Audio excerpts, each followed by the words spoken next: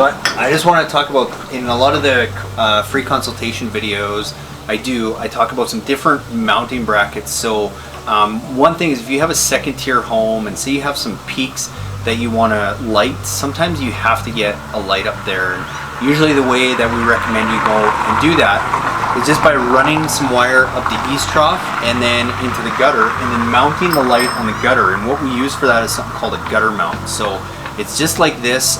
All it is basically, it sits in your gutter. There's 2 screw holes here, so you can screw it to the side of the house, and then it's got a 1/2 inch thread here that you can actually just go and thread your light into and then mount it on the top of your house. So that's a gutter mount, super simple to use. If you're looking at lighting that second tier of your home, some of those peaks that otherwise would go and get missed, a gutter mount is a great way to go and do that.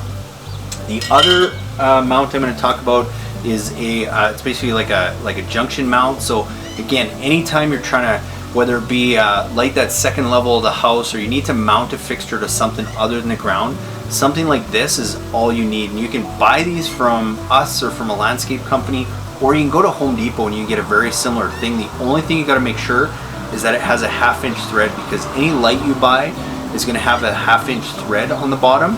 So as long as you can screw it in there, any mounting bracket with a 1/2 inch thread is going to work to mount it to any structure, whether it be a fence, the side of the house, whatever it is. So that's another bracket you want to consider. And then lastly is, how do you go and mount lights to trees? Well, my favorite one is this tree mount. There's all kinds of different tree mounts out there, and some of them are really good, but cost-wise and ease of use, this is one of my favorites. And basically all you have to do with this guy, obviously you can see there's a big giant screw here.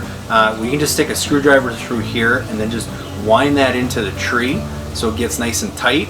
You don't have to put it the full length, just enough so it's nice and stable. And then you just go through, screw your fixture in through here, and there's a couple areas that you can kind of run that wire down. The reason I like this is because if you go and use something like this to mount to a tree, what happens is that tree grows, eventually that tree grows over this, and then that light is trapped. With this one, as that tree grows, you can easily just go and, again, you stick a screwdriver in here and you just slowly back it off so that the tree doesn't eventually end up just consuming that light. So that's why I like this one. Super easy to use for any do-it-yourselfer, and really for any landscape contractor that's looking to install lights. I would suggest going and getting a handful of these.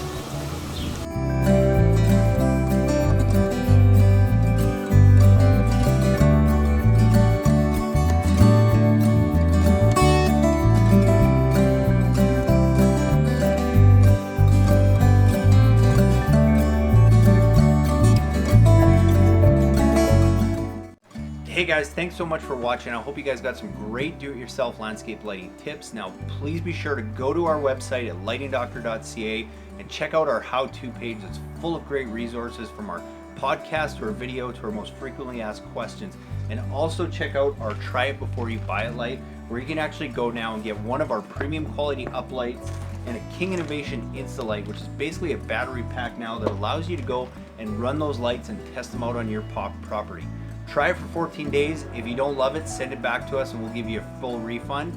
And if not, you keep the light at a discounted rate and go and buy what you need for your project. So thanks again for watching. Please be sure to leave us a comment. We'd love your feedback, and have a great day.